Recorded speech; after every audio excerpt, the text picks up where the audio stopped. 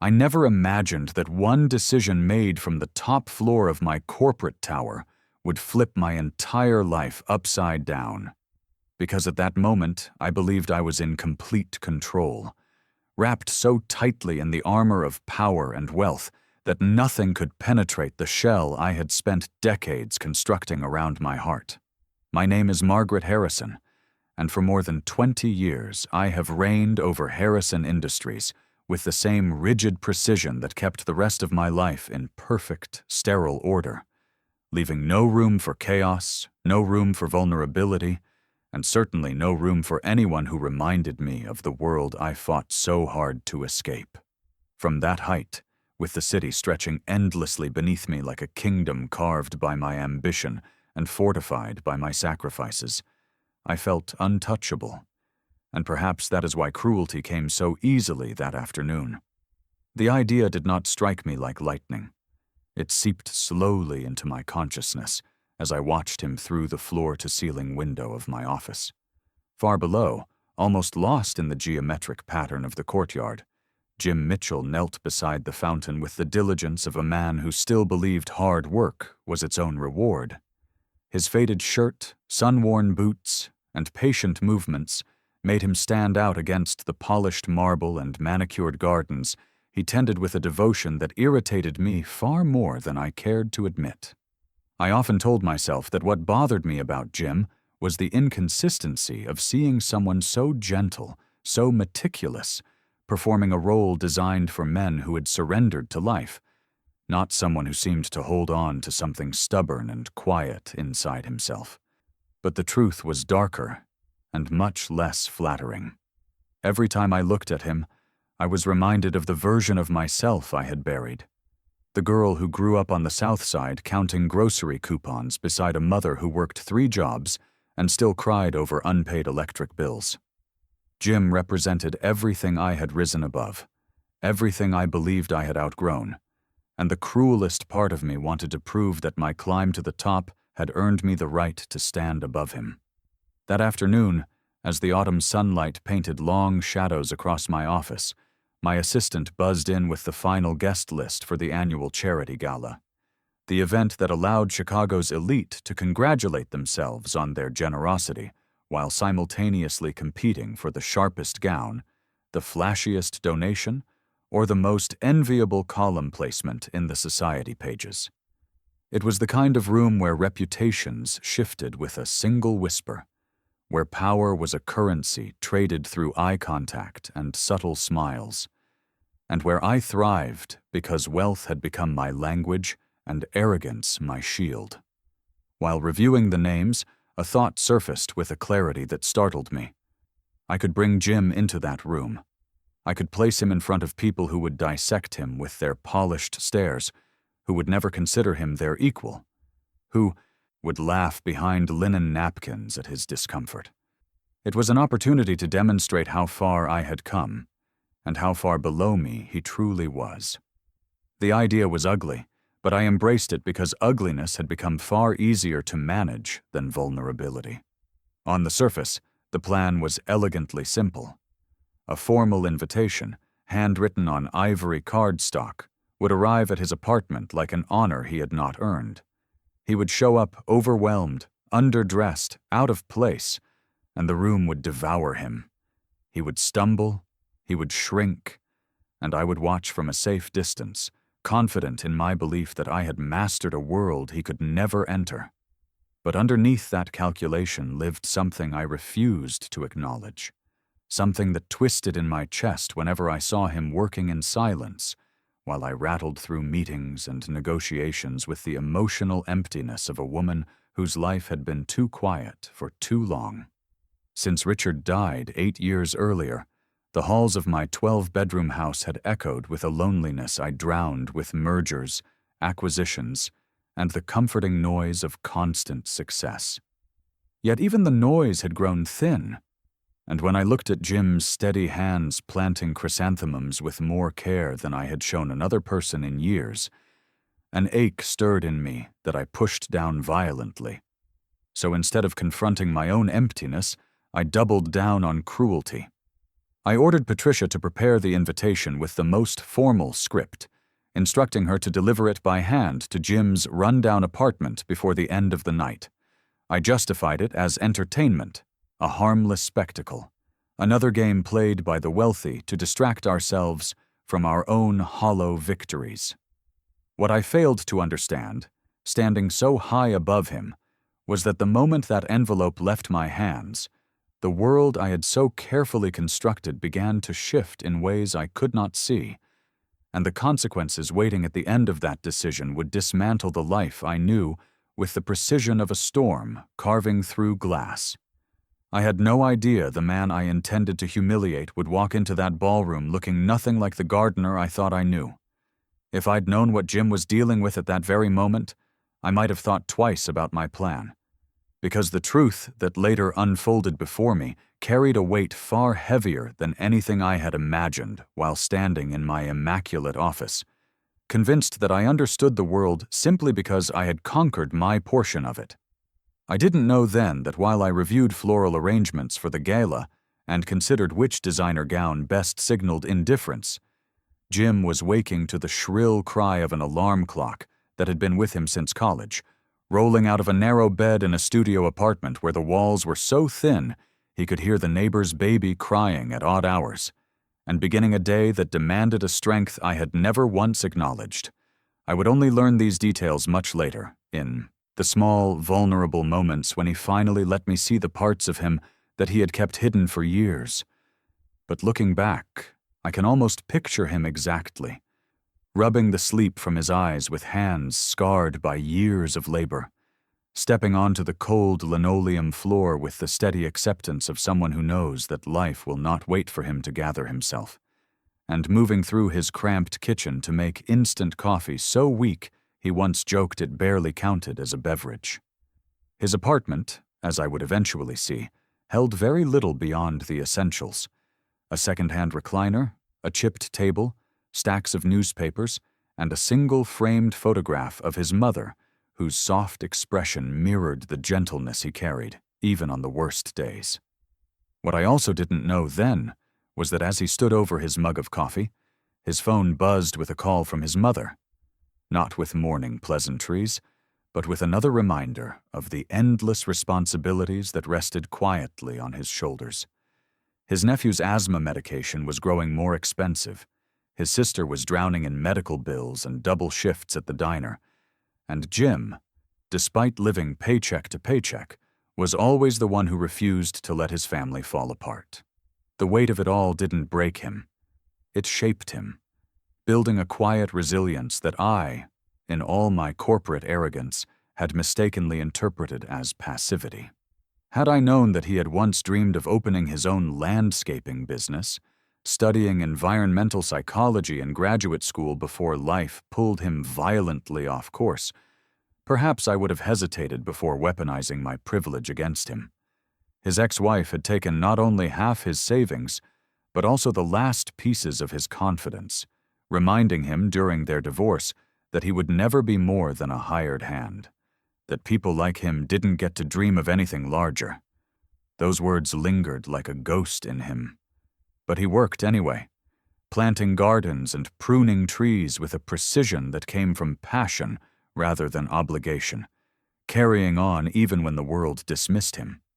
When Patricia delivered my invitation to his apartment, the surprise that washed over him was not excitement, as I had arrogantly expected, but bewilderment that bordered on pain.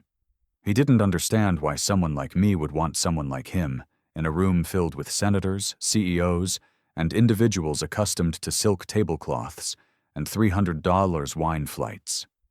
He stood there holding that ivory cardstock, knowing it was real, but unable to believe it was intended for him. And, though I did not know this at the time, he read it 3 times before sitting heavily in the one piece of furniture that had survived his divorce. He didn't call friends to share the news. He didn't celebrate. He didn't allow himself to feel honored. Instead, he called his older brother Mark, the one person in his life who could speak to him without softening hard truths, and he asked what he should do. Mark, always honest to a fault, questioned my motives, telling Jim that wealthy people did nothing without benefit, warning him that he might be stepping into something designed to embarrass him rather than uplift him. Jim listened, silent and contemplative, absorbing every concern, every possible explanation, and yet something in him pushed back, something stubborn and quietly dignified that refused to let fear dictate his choices. I didn't know that he sat in that recliner long after the phone call ended, weighing the humiliation he feared against the faint possibility that this might be his chance to walk into a world where he had once imagined he belonged, before life had dismantled those dreams one by one. I didn't know that he set the invitation down and stared at it until the sun dipped below the horizon, understanding fully that nothing about this made sense, yet deciding that he would not let anyone, not even me, determine his worth. It was this resilience, forged in the silent corners of his life, that set everything in motion, that gave him the strength to face a world designed to exclude him, that sparked the unexpected transformation which would soon unravel my assumptions like loose threads pulled from an expensive suit. Little did I know, he would walk straight toward the very trap I set. But he wouldn't fall into it the way I expected. I expected him to freeze up in fear, overwhelmed by the weight of an invitation he was never meant to receive. But instead he became someone I didn't recognize, someone who refused to bend beneath the expectations I had quietly, arrogantly placed upon him. I did not know then that the moment Jim decided he would attend the gala was the same moment he chose not to let me win, not to collapse under the humiliation I intended for him, and certainly not to play the role of the man society assumed he was. While I pictured him shrinking into the background, Jim was already stepping into a different kind of story, one that I had unintentionally set in motion. The morning after receiving my invitation, he stood in front of a store window on North Michigan Avenue staring at his own reflection, not with self-pity or intimidation, but with a determined curiosity that stemmed from a part of him he thought had died years earlier. He had planned to rent the cheapest tuxedo he could find, something serviceable and forgettable, but as he watched his reflection in the glass, he felt the push of something unfamiliar, a faint echo of the man he once believed he could become. He stepped inside not to blend into the edges of my event, but to test whether he still possessed the courage to take up space in a room that was never meant for him.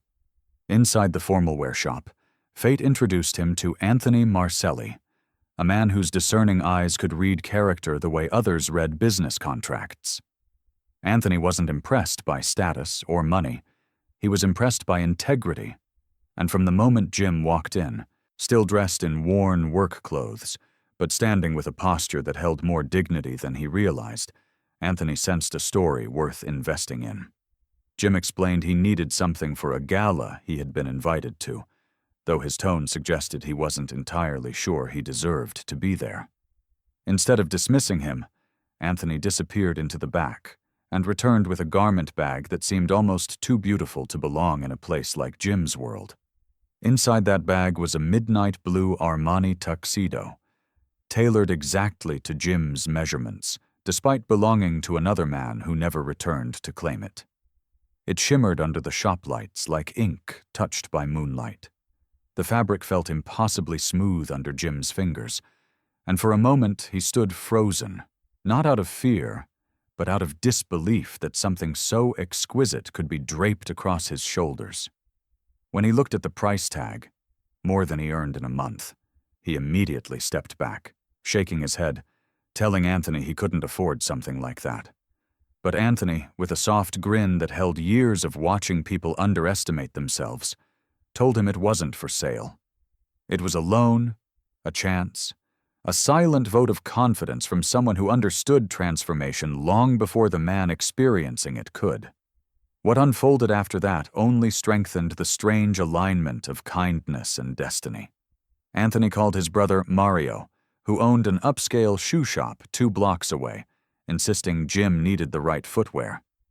Mario took one look at the tuxedo and declared he wouldn't allow such craftsmanship to be paired with anything less than handmade Italian leather. Again, Jim tried to decline, insisting he couldn't take on such generosity. But Mario waved him off with the attitude of someone who understood that some moments in life required stepping into a different version of oneself, even if only for a night. By the time Jim returned home, the transformation had begun long before he tried on the tuxedo. He placed the garment bag on his bed and stared at it with a mixture of fear, excitement, and an awakening he hadn't felt since before the divorce, before the financial ruin, before he let the world convince him that ambition belonged only to those who were already winning. When he finally slipped the tuxedo on, the fabric molded to him with such elegance that for a moment he didn't recognize the man in the mirror. His posture straightened, his jawline sharpened, his eyes reflected not exhaustion but resilience, and he saw, perhaps for the first time in years, that he was not simply a gardener scraping by, but a man who had once carried dreams worthy of revival. But transformation often arrives hand in hand with sacrifice, and that truth revealed itself the very same evening when Jim received a call from his sister. His nephew's breathing had worsened again, and the ER bill demanded money he didn't have. Jim didn't hesitate. He transferred nearly everything in his bank account to cover the cost. The tuxedo hanging beside him glimmered like a promise of a different life, yet he was still the man who would empty his own pockets without question if it meant protecting the people he loved. That contradiction formed the core of who he was. A man shaped by hardship, yet unwilling to let hardship dictate the quality of his heart. Standing in front of the mirror after sending the last of his savings to his sister, he understood the depth of the decision he had made. He was preparing to walk into a world designed to expose him, knowing full well that the event had been built for people with money, privilege, and a lifetime of social training. And yet he would enter it anyway, not for applause or acceptance, but because he refused to let anyone, not even a woman like me, define his worth. I had planned for a gardener to walk in. Instead, someone entirely different was about to enter my world. The moment he stepped through those doors, the air shifted, and I knew my plan was already falling apart, because nothing in the world could have prepared me for the sight of Jim Mitchell walking into the Palmer House ballroom as if the room itself had been designed to receive him. I remember standing near the grand entrance beneath glittering chandeliers, greeting senators and CEOs with the mechanical warmth I had perfected over the years, when a change rippled through the crowd like a hush falling over an audience seconds before the curtain rises. Heads turned in unison, conversations faltered mid-sentence, and even the clink of crystal glasses seemed to soften as eyes drew toward the doorway. When I finally followed their gaze, a sensation unlike anything I had ever felt tightened in my chest, because the man who stepped into the ballroom bore almost no resemblance to the gardener I had watched from my window that week. Jim stood framed in the entrance like a photograph that didn't belong to the world it had been placed in. His midnight blue tuxedo caught the light in a way that sharpened every angle of his frame, giving him a presence so commanding that for a moment I doubted my own memory of who he was. His shoulders were straight, his expression serene, and there was a confidence in his stride that made the room accommodate him rather than the other way around. I had imagined discomfort on his face, imagined him tugging nervously at a poorly fitted collar, imagined the first signs of humiliation flickering in his eyes. Instead, he walked slowly, deliberately, with an ease that made him appear as though he had attended events like this his entire life. And the most unsettling part was that people believed it. The social elite, notorious for their ability to dissect and dismiss outsiders within seconds, did not smirk or whisper behind raised wine glasses the way I had predicted. They stared with open curiosity, eyes tracking the unfamiliar man with genuine interest. A few women leaned toward one, another, murmuring questions I could only imagine, while others openly admired the impeccable tailoring, the polished shoes, the quiet strength radiating from him. Even the men, many of whom guarded their sense of superiority like a birthright, paused in their conversations to look at him. And then there was Vivian. Always the predator in any social arena, she had been circling me all night, waiting for an opportunity to needle me about the mysterious addition to my guest list. But when she saw Jim, her eyebrows shot up in astonished delight, and an almost wicked smile curled across her lips. She moved toward him like a cat approaching something shiny and unexpected, tapping a manicured finger lightly against her champagne flute, as though savoring the moment. "Margaret?" she murmured, with a teasing lilt, her voice brushing my ear as she leaned close enough to smell victory. "You didn't tell me your guest was going to be this captivating." Her amusement clung to me like static, irritating and humiliating at the same time, because she wasn't wrong. Jim didn't look like a misplaced worker who'd wandered into the wrong world. He looked like he belonged in the very heart of it. I watched helplessly as he made his way through the crowd, acknowledging those who greeted him with a polite nod, displaying the kind of composure that couldn't be faked. Every step he took dismantled my assumptions brick by brick, leaving me unnerved in a way I had not anticipated. When he finally reached me, he did not fidget or shrink or stumble. He simply stopped at a respectful distance, raised his eyes to mine with quiet confidence, and extended his hand. "Mrs. Harrison," he said, his voice calm, steady, painfully composed. "Thank you for inviting me. The evening is remarkable so far." There was nothing subservient in his tone, nothing uncertain. His politeness held no deference, only grace, and it disarmed me so completely that for a moment I forgot how to breathe. I placed my hand in his, prepared for the familiar roughness of someone who worked with soil and stone all day. But instead I felt the warmth of a man who carried himself with dignity that suddenly felt sharper, stronger, more grounded than anything in the room. As he released my hand, I felt a strange, unwelcome heat flush through me, a mixture of embarrassment, admiration, and something far more complicated that clawed its way upward from a place I had locked shut for years. I hated the sensation, hated the loss of balance it represented, and hated even more the fact that everyone around us could sense it. The power dynamic had shifted, unmistakably and irrevocably. People were no longer looking at him to judge him. They were looking at me to see how I would react to his unexpected rise. Their eyes flickered between us, as if witnessing a performance they hadn't anticipated, but suddenly couldn't look away from. In that moment, confusion curled around me like smoke. I had spent years mastering control of my company, my image, my emotions, but now control felt like sand slipping through my fingers. Jim stood before me like a living contradiction, a man I had categorized as small, yet who now appeared larger than the walls I had placed around him.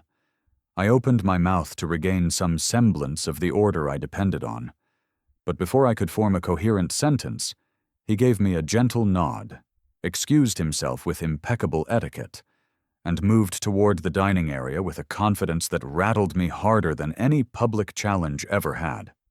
I thought the evening couldn't surprise me more, but then he sat at the table I'd arranged to ruin him. He didn't just survive the table I planted him at. He conquered it, dismantling every cruel expectation I had carefully crafted, exposing truths about him, and far more painfully about myself, that I had spent years refusing to acknowledge. I had seated him at table 12 with calculated precision, surrounding him with the sharpest, most socially intimidating minds in the room, confident that the weight of their pedigrees would crush whatever confidence he managed to gather on his way inside.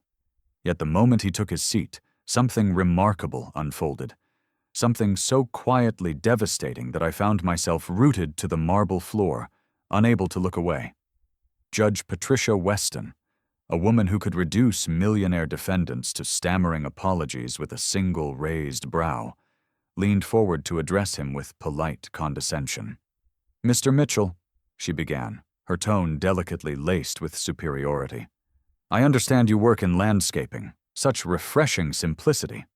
The comment was designed to remind him, and everyone around him, of his place in the social hierarchy. But instead of shrinking or fumbling or forcing a laugh, Jim responded with a calm intelligence that silenced even her. "I found that working with living systems teaches patience and respect," he replied, his voice steady, his posture relaxed. "Plants don't bend to human will the way business or politics often tries to. You have to understand their needs before you try to change anything." The judge paused, visibly taken aback, and then, unexpectedly, nodded, leaning closer as if suddenly interested. That was only the beginning. Harold Richardson, the anthropologist known for his brutal habit of dissecting people intellectually just to watch them squirm, joined the conversation with a spark of curiosity. "Fascinating perspective," he said, tapping a finger thoughtfully against his wine glass. "Do you see parallels between environmental design and human social structures?" Jim didn't just answer the question. He elevated it. He spoke about the ethics of sustainable urban planning, the psychology of communal gardens, the importance of green spaces in underserved neighborhoods, weaving years of academic study into each word with a fluency that struck me like a blow. This wasn't a gardener guessing his way through a conversation. This was a man with a mind sharpened by education, passion, and the kind of lived experience that carried more weight than any degree hanging on an office wall. Every revelation sliced through the version of him I had fabricated in my head. He had studied landscape architecture. He had completed years of environmental psychology research. He had once planned to open a design firm before life tore the foundation out from under him. All this time, I had reduced him to a pair of worn boots and dirt-stained gloves, never bothering to ask who he had been before circumstance forced him into survival mode. The shame that rose in me was slow and suffocating. I had prided myself on being perceptive, on reading people with surgical accuracy, yet I had never seen him at all, not the intelligence, not the depth, not the quiet strength woven into every word he now spoke. Even more disorienting were the moments when his eyes unintentionally drifted toward me, soft and unreadable, as if he knew exactly what I was feeling and chose not to hold it against me. Each glance unsettled something fragile in my chest, stirring emotions I had kept barricaded behind my ambition for years. His voice, confident yet warm, carried across the table like a tether I didn't know I was reaching for. And the longer I watched him, the more I realized something I didn't want to admit. I wasn't embarrassed by him. I was drawn to him, and apparently I wasn't the only one. Whispers began floating around the table as he spoke. Admiring glances flickered from person to person. Carolyn Blackwood, notorious for sniffing out rising talent the way others smelled fresh bread, leaned in and asked for his thoughts on incorporating therapeutic garden design into childhood trauma programs. Her husband, a symphony conductor, quickly followed by asking whether Jim found parallels between plant growth patterns and musical structure. By dessert, the transformation was complete. The man I had intended to make the evening's spectacle had become the centerpiece of the room, drawing the attention of people who rarely shared their spotlight. His brilliance wasn't loud or ostentatious. It was grounded, thoughtful, magnetic in a way that made people want to lean in, to listen, to understand. And all I could do was sit there watching him breathe life into a room that had felt so predictably scripted moments before, realizing with every passing second how wrong I had been. My world, built on power, mastery, and control, felt suddenly small compared to the depth he carried so effortlessly. My chest tightened with something dangerously close to awe, but also fear, because the ground beneath my confidence was beginning to shift in ways I could no longer deny. Then something happened that silenced even the quickening of my breath. The dinner chimes faded, conversations settled, and Jim turned toward me with an expression that made my heart jolt. He pushed back his chair, rose to his full height with that same quiet grace that had captivated the room, and extended his hand toward me.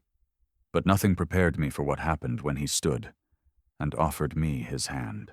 The moment his hand touched my back, everything inside me changed, because nothing in the decades I'd spent mastering poise, influence, and control had prepared me for a touch so steady, so warm, so deliberate that it felt like it reached straight through the facade I had built and pressed against the parts of me I never let anyone see.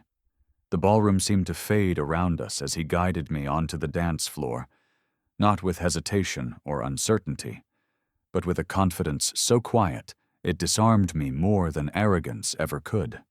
His palm settled lightly at the small of my back, and for the first time in years I felt my breath falter. Not from fear of judgment, not from the weight of expectation, but from the unfamiliar sensation of being gently led rather than obeyed. The music began, slow and timeless, and instead of stumbling or freezing the way I had predicted, Jim moved with a grace that sent a ripple of disbelief through me. His frame was steady, his rhythm unbroken, and the slight pressure of his hand guided me flawlessly into each step. I had imagined a dance that made him small, awkward, and out of place. Instead, he became the anchor I didn't realize I'd been aching for. My body followed him instinctively, drawn into the quiet certainty of his movements, and the vulnerability of that realization nearly undid me. For years, I'd prided myself on keeping distance, on being admired but untouched, respected but unreachable. Yet here, beneath the dim chandelier glow, I felt my walls weakening, shrinking, trembling under the weight of something I'd refused to feel since Richard's death. Connection. Jim didn't speak at first. He simply held me with a steadiness that made silence feel intimate instead of awkward. But when he finally did break the quiet, his voice was low, even, devastating in its honesty. "I know why you invited me," he murmured, guiding me through a turn that left me facing him fully. "I knew the moment I opened the envelope." His words struck harder than any accusation ever had, because there was no bitterness in them. Only truth. A truth I hadn't expected him to carry with such calmness. My steps faltered, just slightly, but Jim steadied me without breaking rhythm. The kindness in that gesture splintered something inside me. "I never meant," I began, but the lie caught in my throat before I could force it out. The truth pulsed, heavy and unforgiving. "No, I did mean it. I wanted to humiliate you." Saying the words felt like peeling back a layer of my own skin, exposing the ugliest parts of myself in a room full of people who had no idea how hollow I felt inside.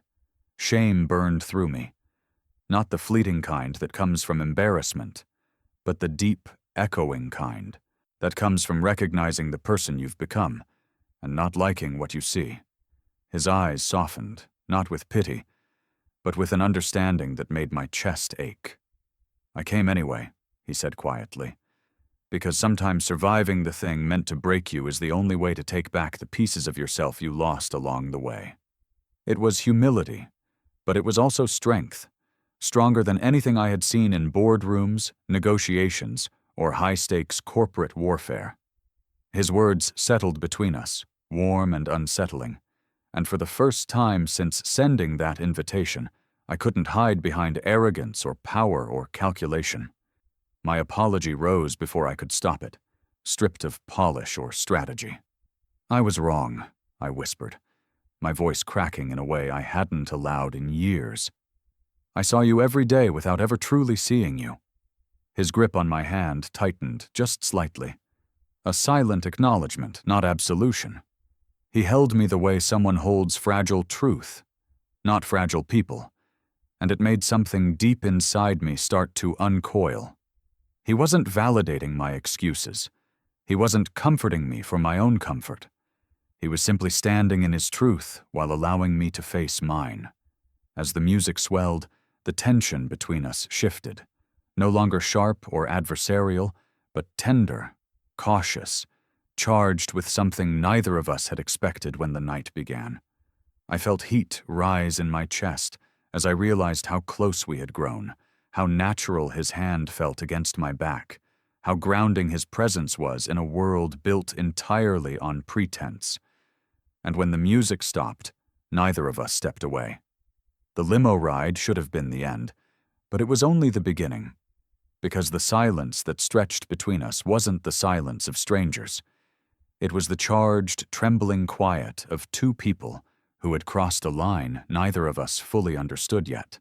I sat rigidly against the leather seat, pretending to look out the window as Chicago's lights streaked past. But the truth was, every part of me was painfully aware of the man sitting only inches away. Jim hadn't said much since we left the ballroom, but his steady presence beside me seemed louder than words. He held himself with the same quiet confidence he'd carried all evening, yet now there was a softness beneath it, an unspoken question neither of us dared to voice.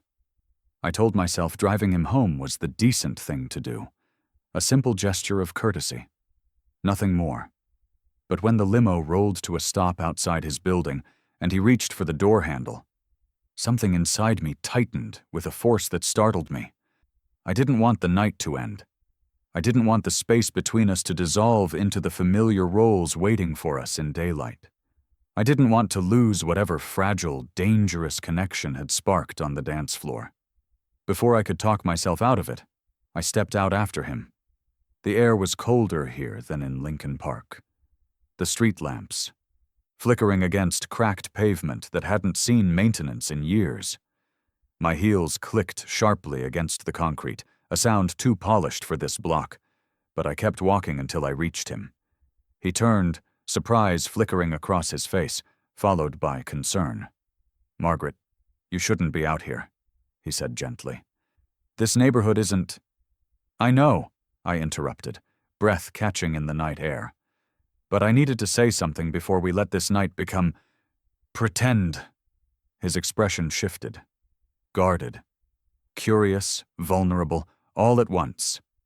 The words tumbled out before I could filter them. "I've been alone for 8 years, truly alone.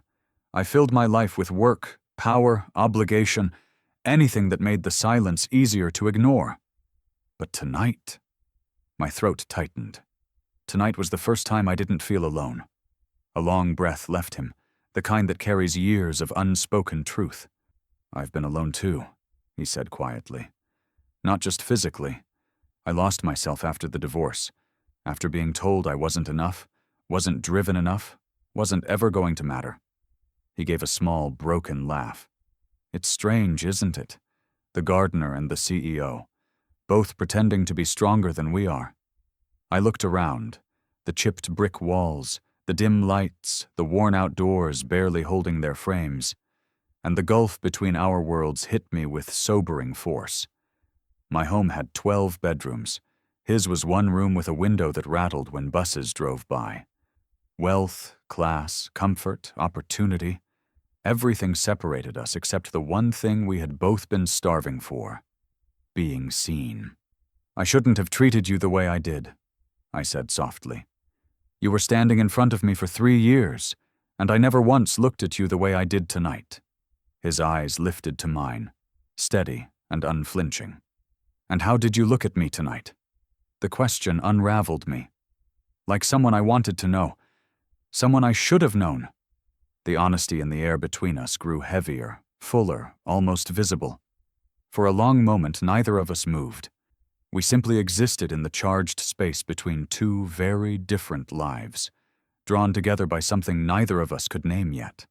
Then he stepped closer, slowly, giving me every chance to step back. I didn't. My breath hitched as his hand came up, fingers grazing my cheek with a hesitation that made the touch even more intimate. He wasn't claiming me. He was asking me, and I answered by leaning into his touch. The kiss wasn't rushed or desperate. It was careful, searching, a question and an admission in the same breath. His lips were warm, steady, unsure in a way that made the moment feel painfully real. When he pulled back, the world around us felt different, as if something fundamental had shifted under our feet. I wanted to stay, I wanted to follow whatever this was. But my life, my reputation, my decisions, all of it began clawing at the edges of the moment, reminding me of the world waiting outside this small, fragile pocket of truth. When I finally stepped back, I felt the loss like a physical ache. I walked toward the limo, heart pounding, pulse racing with something dangerously close to hope. But the moment I drove away, I knew the real complications were waiting for us in daylight. I woke up terrified of what I'd done, and even more terrified of what I now wanted, because the moment my eyes opened, the weight of the night before came crashing back with brutal clarity. The kiss, the honesty, the way his hand had settled against my cheek, as if he'd been holding back years of feeling he never intended to show me. And most dangerous of all, the way I had leaned into him without hesitation. For the first time in years, I didn't immediately reach for my phone or calendar or emails. Instead, I lay there staring at the ceiling, feeling something foreign tug at my chest, something that felt like longing, something that felt like possibility, something that terrified me far more than public scandal ever could. My mind raced through every consequence, every headline, every whispering dinner party that would tear me apart if they knew where I had been last night. I was Margaret Harrison, CEO, widow of a powerful man, a woman whose reputation was guarded more fiercely than the assets of my company. I did not kiss my gardener on a dark sidewalk. I did not follow him out of a ballroom like a moth drawn to something bright and unexplainable. And yet, I had. I pressed my hands against my face, trying to scrub away the mix of guilt and desire swirling inside me. I felt ashamed of my intentions, ashamed of how blind I had been, ashamed of how deeply I wanted something I had no right wanting. But beneath all of that shame lived a quieter truth I couldn't ignore. I wanted more. I wanted to see him again, to hear the warmth in his voice, to understand the man I had misjudged so completely. By noon, the restlessness became unbearable, so I did something I had never done in my life. I drove myself. No chauffeur, no tinted windows, no armor of privilege, back to the neighborhood where I had dropped him off the night before.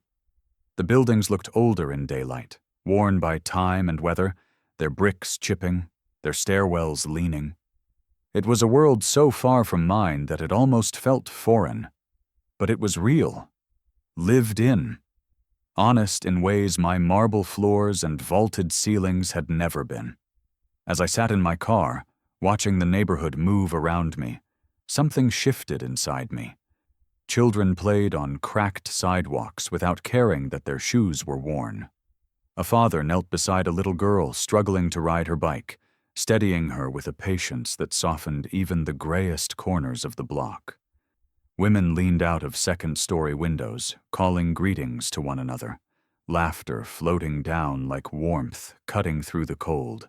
This place didn't have my resources, or my luxury, but it had connection, community, life, all the things I had been missing, all the things I'd been too proud or too scared to admit I needed. Then I saw him. Jim approached from the corner, carrying a paper bag that looked heavy with food. His hair was still damp from a shower, his clothes simple and worn but clean, his posture relaxed in a way I had never seen at my estate. This was his world. This was where he was comfortable, where he belonged, where he mattered. I rolled down my window before I could second-guess myself. Jim. He blinked in surprise but didn't hesitate. Margaret? What are you doing here? I don't know, I admitted, stepping out onto the uneven concrete. I just needed to see this, to see you, to understand. He followed my gaze across the neighborhood, realization slowly dawning in his eyes. It's not much, he said softly. But it's home. And it's real, I whispered. More real than anything I've let myself feel in a long time. His expression shifted, something warm and hesitant rising behind his eyes. And before fear could drown me, I said quietly, "Will you let me spend some time with you today?" He hesitated, searching my face as if trying to find the truth between my uncertainty and my hope. Then he nodded, stepping closer with a gentleness that steadied my spiraling thoughts. What followed was quiet, simple, unexpectedly intimate. Sharing bread in his small apartment, listening to stories about his neighbors, watching him move through a space he'd built from resilience rather than privilege. Somewhere between our laughter and our confessions, the spark from last night deepened into something steadier, something frightening in its sincerity, something I didn't know how to name yet, but felt down to my bones. But the world around us wasn't ready to stay silent. My workplace had always been predictable, until the rumors started closing in, tightening around me like a noose woven from whispers I couldn't control. Harrison Industries had survived board takeovers, market crashes, federal investigations, and the death of my husband. But nothing had ever unsettled its halls the way the gala fallout did. The morning after, every corridor hummed with speculation disguised as casual conversation, and I felt every stare like a needle beneath my skin. By the time I reached my office, Patricia looked pale and anxious, as if she'd been holding back a flood all morning. Before she could speak, a voice I dreaded hearing so early sliced through the air like a cold blade. "Margaret, darling." Vivian Ashford leaned against the doorway of my office, with the smug poise of a woman who smelled blood and intended to draw more. She wore her amusement like jewelry. Bold, glittering, impossible to miss. She didn't wait for an invitation before gliding inside, settling onto my sofa as if she owned it. "I came to check on you," she began sweetly. "After all the excitement of Saturday night." I stiffened. "Excitement?" "Oh, come now," she purred, crossing her legs with theatrical grace. "The entire city is talking. Your gardener was the star of the evening. Quite the unexpected twist, wouldn't you agree?" I could hear the threat beneath her silk, veiled, sharpened, ready to be weaponized. Social judgment in our world wasn't loud. It was elegant, quiet, deadly. Her expression told me everything. She suspected more than just a dramatic moment on the dance floor. "And then," she continued, voice softening into a blade of its own, "your car was seen in his neighborhood yesterday." My pulse thudded, but my face remained neutral. I'd trained myself for this, masking fear behind confidence, desire behind indifference. Still, my silence only fed her satisfaction. "Careful, Margaret," she whispered, rising to her feet. "Affection is a luxury, reputation is currency, and you can't afford to spend both." She left without another word, but the echo of her warning lingered like the aftertaste of poison. I was still trying to steady my breathing when Patricia appeared again, hesitation trembling in her voice. "Mrs. Harrison, Jim Mitchell is here to see you." My heart lurched. He wasn't supposed to come today. Not here. Not now. "Send him in," I said, even as panic tightened every muscle in my body. He stepped into my office wearing his usual work clothes, faded shirt, worn boots, but carried himself with the same quiet confidence he'd shown at the gala. His presence disrupted the polished luxury of my office in a way that felt grounding, dangerous, and heartbreakingly real. "I'm sorry to show up unannounced," he began, hands clasped in a way that showed he'd rehearsed this. "But I thought we should talk about boundaries." The word hit me with two meanings. Professional ones, and the ones we had shattered with a kiss that still haunted me. "Yes," I said, though my voice came out softer than intended. "We should." He didn't sit. Neither did I. The two of us stood across from each other like opposing sides in a quiet war. "Saturday changed things," he said. "I don't want to make your job harder. You've worked your whole life to build this." "And you don't want to become a scandal," I answered. "Or a headline. Or someone people think I pity." His eyes softened. "I don't care what they think of me. But you care what they think of me." He didn't deny it. That alone told me everything I needed to know about the kind of man he was. He exhaled slowly, gaze drifting toward the window. If we're going to keep whatever this is intact, we need to protect it, at least until we know where it's going. I nodded, though the agreement tasted bitter. Boundaries, then. Professional in daylight, honest after hours. He looked at me then. Really looked, and the quiet intensity in his expression made something in me unravel. "This won't be easy," he said. "People will talk. They already are." "I know." His voice lowered. "And we need to be sure it's worth it." It was the opening he didn't realize he'd given me. The invitation to speak the truth that had been squeezing my ribs since the moment he kissed me on that sidewalk. "I'm falling in love with you," I whispered. He froze. Not with fear, something deeper. Something like ache. Something like disbelief. "Margaret, you don't have to say it back," I said quickly, stepping closer. "I just need you to know why boundaries are going to be harder for me than anyone expects." His eyes closed for a moment, as if he needed that darkness to absorb what I'd said. When he opened them, the hesitation remained, but something new flickered beneath it. Commitment, fragile but real. "I'm not running," he said. "Whatever this becomes, I'm staying. I just need to do it right." I wanted to step into his arms, to close the space between us the way our hearts already had. But before either of us could move, the office door cracked open. Patricia stood frozen in the doorway, eyes widening as she took in the closeness between us, the tension hanging in the air like electricity before a storm. And in that split second, we both knew our secret wouldn't stay hidden long. I could either protect my reputation or protect the man I loved, and for the first time in my carefully controlled adult life, the choice didn't feel strategic or calculated.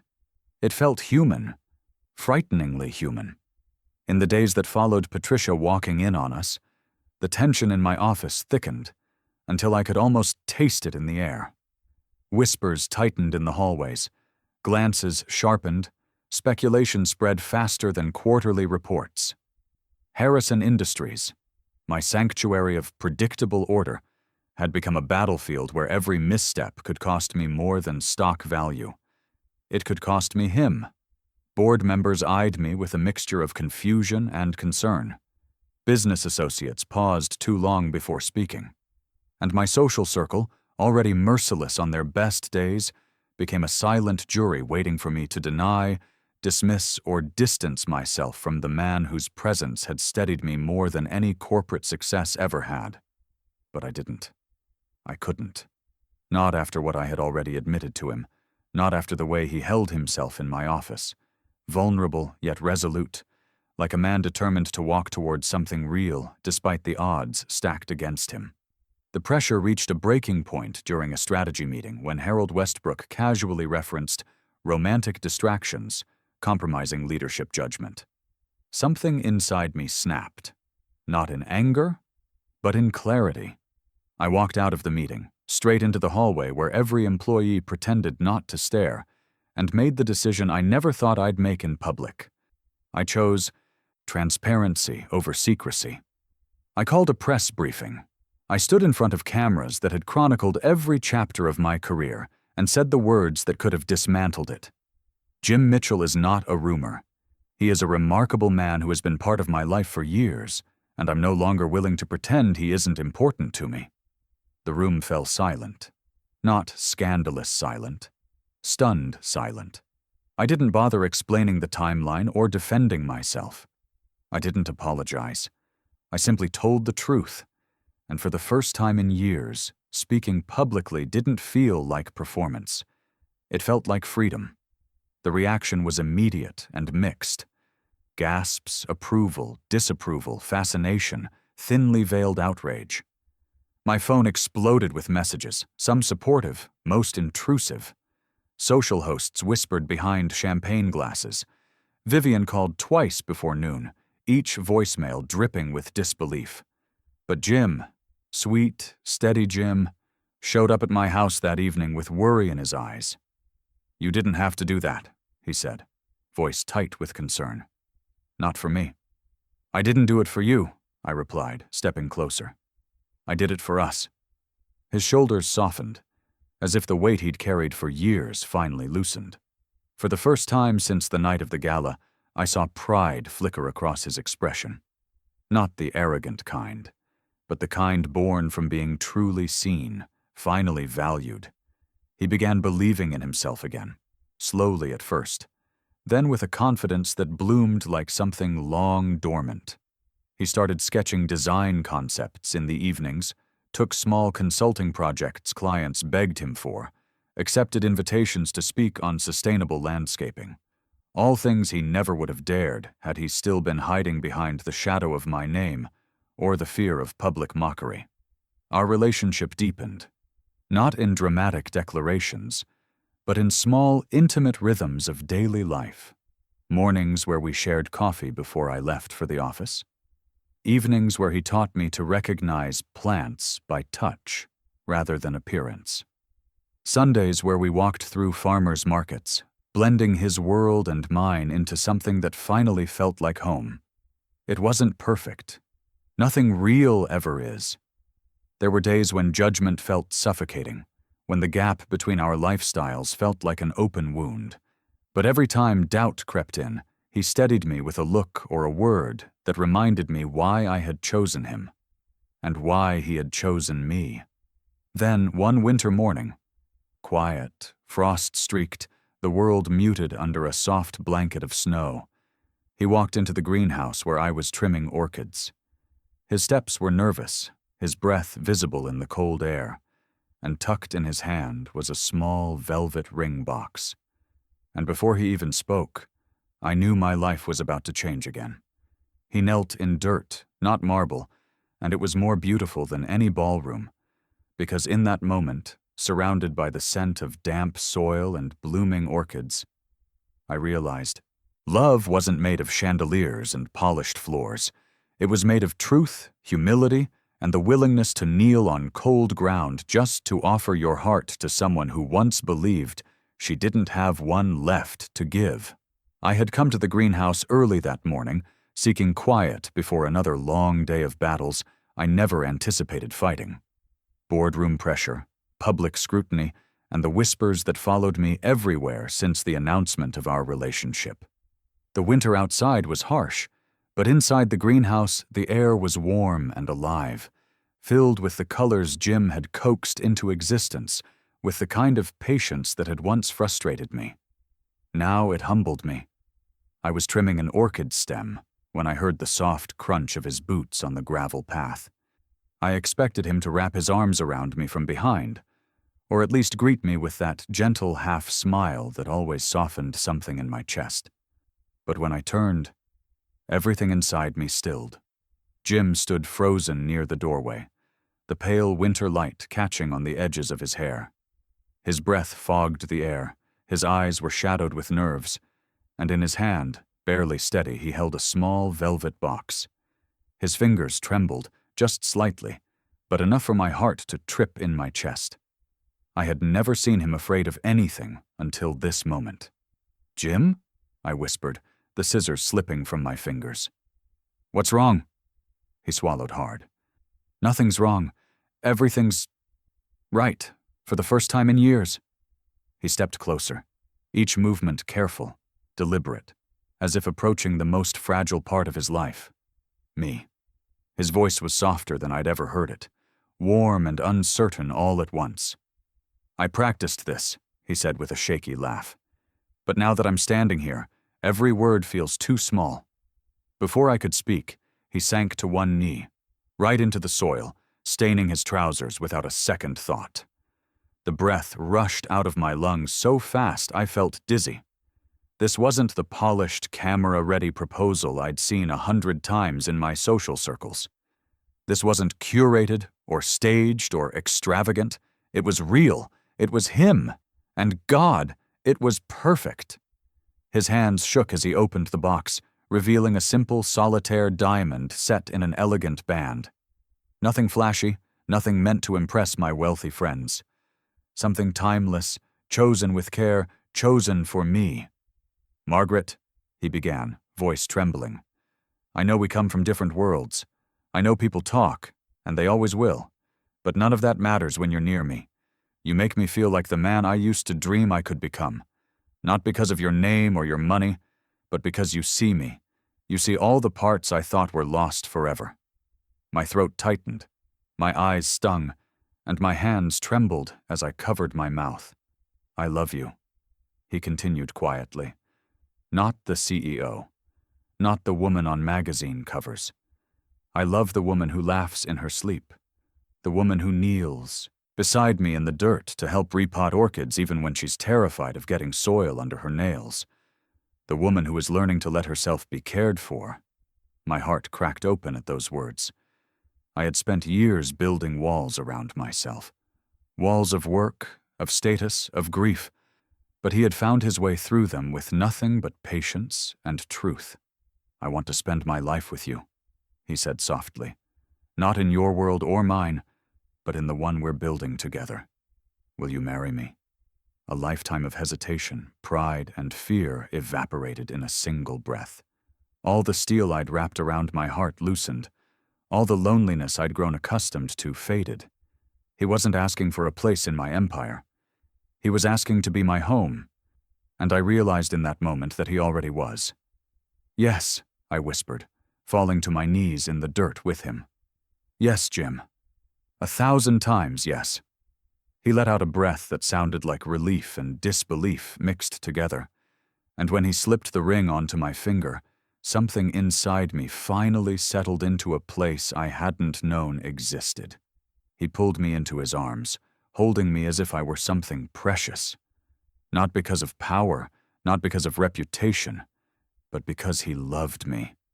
As we knelt together on that greenhouse floor, soil on our clothes and tears on our cheeks, I felt the last remnants of my old self dissolve.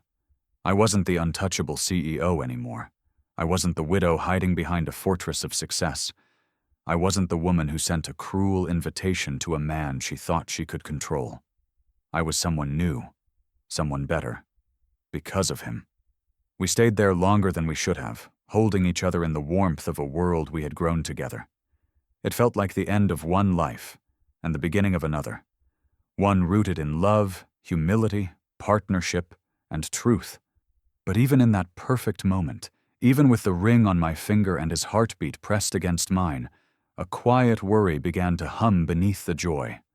We were ready for the future, but the world around us? That was another story. Because neither of us could predict what the world would say when the engagement went public. Everyone said we would fail, which is exactly why we didn't. Because for the first time in my life, I wasn't living according to the expectations built around my last name, my wealth, or my position. I was living according to something far more fragile and far more powerful. Love. And love, I learned, has a way of making you fight for things you once would have walked away from. When our engagement went public, the reaction was immediate and brutal. Headlines speculated, commentators sneered, and society pages called it the most unlikely pairing of the decade. Some asked if I had lost my mind. Others wondered what Jim was after. Old friends whispered behind my back during charity events. Board members used coded language: stability, professional appropriateness, reputational risk, all of it circling the truth they didn't want to say out loud. Margaret Harrison should not marry her gardener. But every judgment, every insult, every raised eyebrow only strengthened my resolve. I stopped attending events that demanded pretense. I replaced shallow business brunches with meetings where I looked my employees in the eye, truly listening for the first time in years. And while the business world questioned my decisions, something remarkable happened. The people who worked under me began to trust me in ways they hadn't before. My leadership shifted, not out of weakness, but out of clarity. I had been humbled, and in that humility, I finally understood what real influence meant. Meanwhile, Jim's transformation became something extraordinary to witness. The man who once kept his head down while trimming hedges now walked into professional design meetings with confidence, sharpened by experience and passion. Clients sought him out, not because he was connected to me, but because he had the rare ability to see potential in neglected spaces, the way he once saw potential in himself. His first major project, a sustainable children's garden in partnership with Caroline Blackwood's foundation, became a citywide success. Journalists praised his creativity. Parents praised his vision. Children adored the place he built for them. And watching him speak at the opening ceremony, explaining the symbolism of the winding paths and layered greenery, I realized something breathtaking. He wasn't stepping into my world anymore. He was creating his own. And I was the one blessed to be part of it. The more confident he grew, the more grounded I became.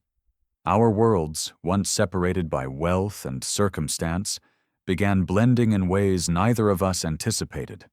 I took him to board dinners, where his honesty and unpolished charm disarmed even the most pretentious executives.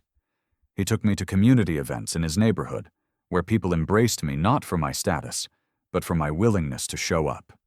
We learned to live between two realities, taking pieces of each one and weaving them into a life that belonged only to us. Saturday mornings were for farmers' markets and potting soil.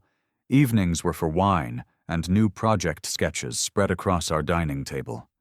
Some nights he cooked for me in the same tiny apartment kitchen where we shared our first meal. Other nights I coaxed him into my sprawling kitchen, where he teased me mercilessly about my inability to scramble eggs without burning them. It wasn't glamorous, it wasn't perfect, but it was ours.